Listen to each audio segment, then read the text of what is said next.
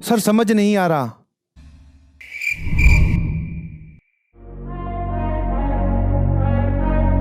बेटा फिर कोशिश कर, तो कोशिश कर, कोई दिक्कत नहीं है, कोशिश कर।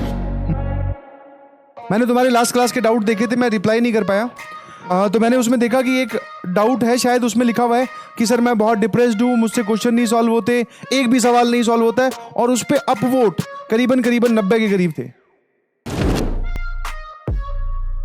तो मैं आप सब लोगों से यही अनुरोध करना चाहूंगा, अगर मुझसे आप ऐसी सिचुएशन में मदद चाहते हैं तो बी स्पेसिफिक। स्पेसिफिक होना पड़ेगा आपको कि गलती मेरे एंड की तरफ से है कि तुम्हारे एंड की तरफ से है।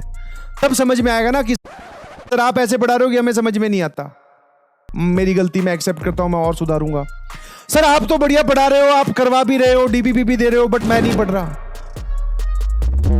समझ में आया? तो ये मत लिखो कि सवाल नहीं सॉल्व हो रहे। ये सवाल नहीं सॉल्व हो रहे कि मैंने बहुत सारा जवाब दिया भी है। और एक और मजे की बात बताऊं, आप ही के बैच में, हाँ, जो लोग बोल रहे हैं ना कि सवाल नहीं सॉल्व हो रहे, आप ही के बैच में ऐसे सिर्फ थोड़े बहुत नहीं, 10-15 नहीं, करीबन हजारों की संख्या में ऐसे बच्चे हैं जो बहुत अच्छा परफॉर्म कर रहे हैं।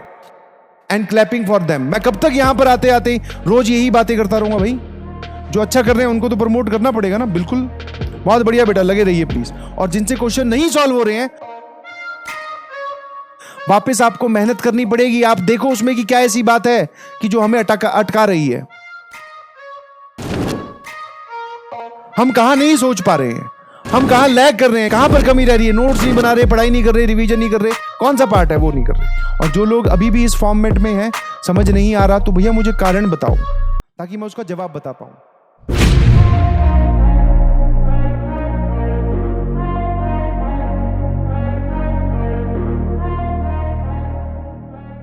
मैंने भी वो न्यूज पढ़ी, CUET and JEE mains NEET सबको मिलाने की बात हो रही है।